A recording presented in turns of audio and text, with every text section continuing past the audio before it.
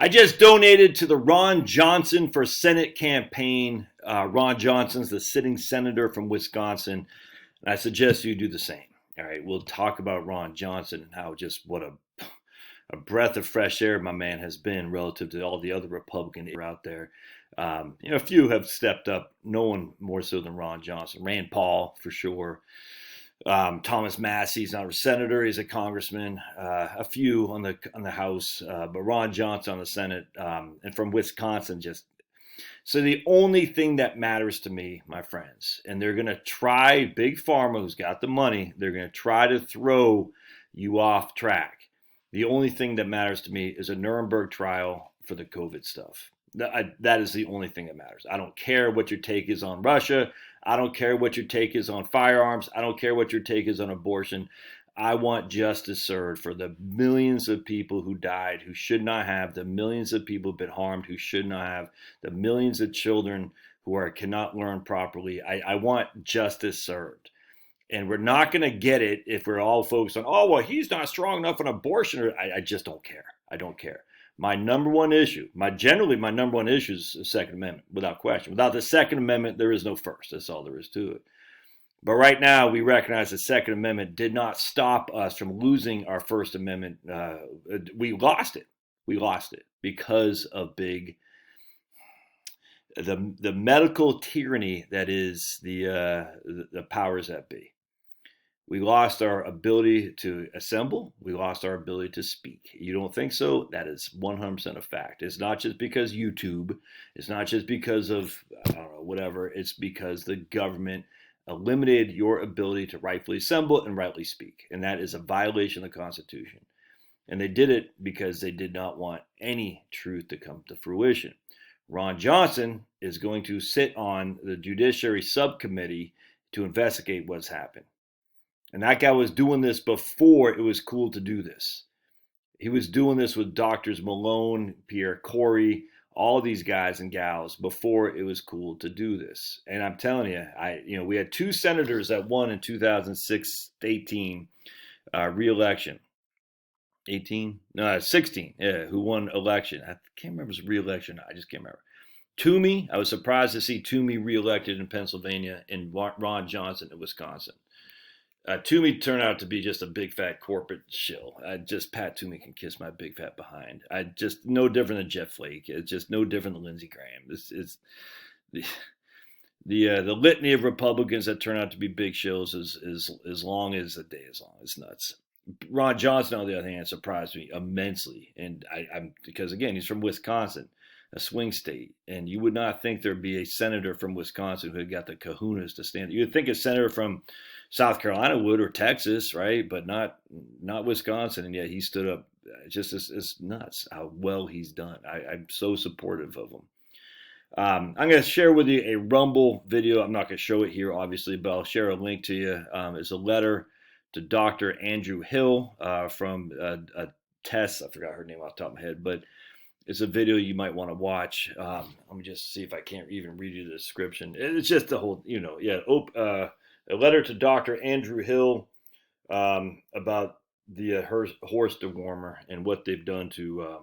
It's just this nuts. In October 2020, Dr. Andrew Hill was tasked to report to the World Health Organization on the dozens of new studies from around the world suggesting that the horse dewormer could be remarkably effective for COVID. But on January 2021, he published his findings in a preprint server. His methods lacked rigor, the review was low quality, and the extremely positive findings of the horse dewormer were contradicted by the conclusion that Dr. Hill published. In the end, he advised that the horse dewormer should be validated in largely appropriately controlled random trials before the results were sufficient for review by the regulatory authorities. All right. The researchers seeking a global recommendation on the horse dewormer had instead recommended against it. What were his reasons for doing so? What were his reasons, his conclusions, were his conclusions justified? Or were external forces influencing his about-face? On year one, this film recalls exactly what happened from the perspective of somebody that experienced it firsthand, Dr. Tess Lowry. Also featuring contributions from Dr. Pierre Corey, Dr. Paul Maric, who worked closely with Dr. Hill during the same time. You won't get this on YouTube. And it's just as funny too because the horse dewormer. Remember the guy who developed that won the Nobel Prize. I cannot stress that enough. And now you might Nobel Prize, Schmobel Prize, but he did win. He was judged valuable according to his peers in it. Now he's like, nah, it's crazy. We can't have him. And so we got Doctor. Just on top of that. What was Fauci's ties to Gilead with remdesivir? Why were they so anti-HCQ? The whole thing is nuts, and it caused just thousands and thousands and thousands of deaths needlessly. I remember I got. It just is so frustrating, man. And people have got to pay. There has got to be results that say you can't do this again. Now, I tell you, at the end of the day, because I survived, I had COVID. It was bad. It was a bad flu, just like Fauci said in February 2020 in the New England Journal of Medicine. He goes, "This is going to be a severe flu," and he was right. It was a severe flu. It sucked. No one freaking wants to get it, but I survived, and I don't know if I'm better off for it. I probably am. Who knows? You don't know. You don't know what you don't know. But I'm survived. But the issue was what they've done and the long-term ramifications of the things they've injected into people's bodies. And to question that made you a pariah that had to be banned and lose your channel, lose your source of income. It's just the number one issue of our time. Well, I tell you, obviously, Second Amendment's huge. That's not going anywhere. We won that debate, thankfully. Thanks for Wayne LaPierre and the NRA. The insanity of green fascism is starting to fall apart, thankfully.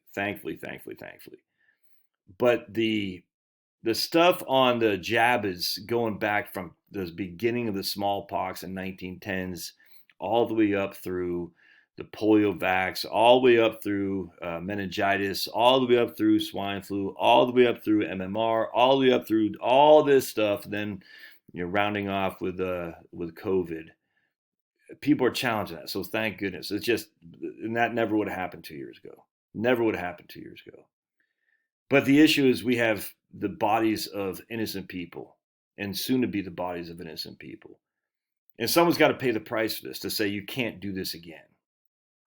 And who's going to be the person to pay the price? Well, I don't know. That's why, I obviously have my mindset that I think it's a certain group of people in Washington, D.C., from the CDC and the NIH. Francis Collins comes to mind. Fauci comes to mind. But there's all kinds of people funded by certain large, wealthy companies that say, oh, yeah, this research is independent and it's peer-reviewed, as they're all funded by the same source. And we need somebody, an independent mind, to come and say, yeah, we're going to challenge this. And Ron Johnson's got to do it. Really the number one issue of our time. There's just no other way around that. You had a select group of elites who shut the flipping world down. The number one issue of our time. So anyway, I can contribute to Ron. Let me show you his website. So here is my man Ron Johnson, RonJohnsonForSenate.com. I'm just such a big fan of him. I'm just such a big fan of what he's done. I'm simply stunned. So you got to support the good guys when they stand up, man. And Ron he's been a good guy who stood up. And again, we got tons of disappointments. So you can focus on the disappointments, or you can focus on the positive things that have come. And I choose to focus on the positive. But he needs your help, man. Look, will my little bit of money help? Probably not. But am I glad I did it? Yes. It makes me feel good that I've done something.